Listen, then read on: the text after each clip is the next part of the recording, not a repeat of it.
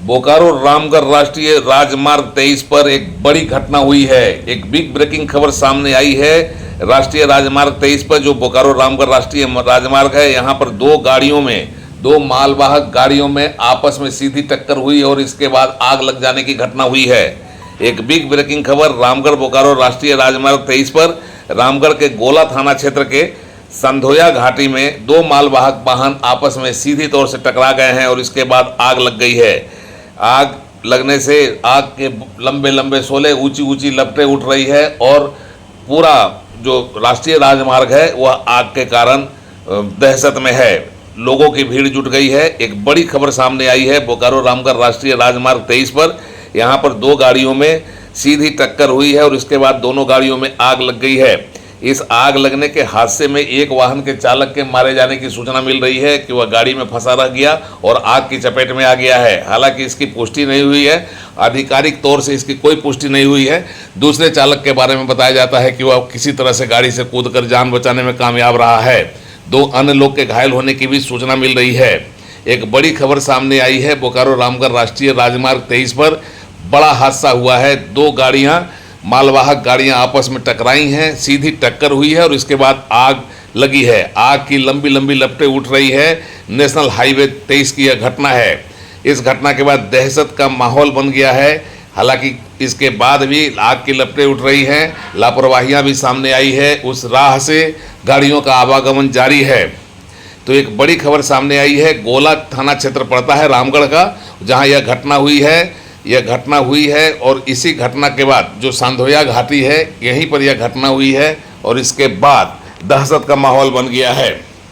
घटनास्थल को देखकर अंदाज़ा लगाया जा सकता है कि यह हादसा कितना भयंकर रूप से हुआ है, टक्कर कितनी ज़बरदस्त हुई है।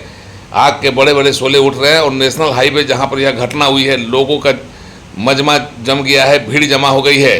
दोनों गाड़ियों में आग लगी है। इसके बाद भी आवागमन जारी है। उस राह से दमकल की गाड़ियां इस खबर के भेजे जाने तक नहीं पहुंची है। एक तरफ बरसात हो रही है, दूसरी तरफ गाड़ियों में टक्कर के बाद आग की बड़ी बड़ी लपटें उठ रही है, ऊंची ऊंची लपटें उठ रही हैं।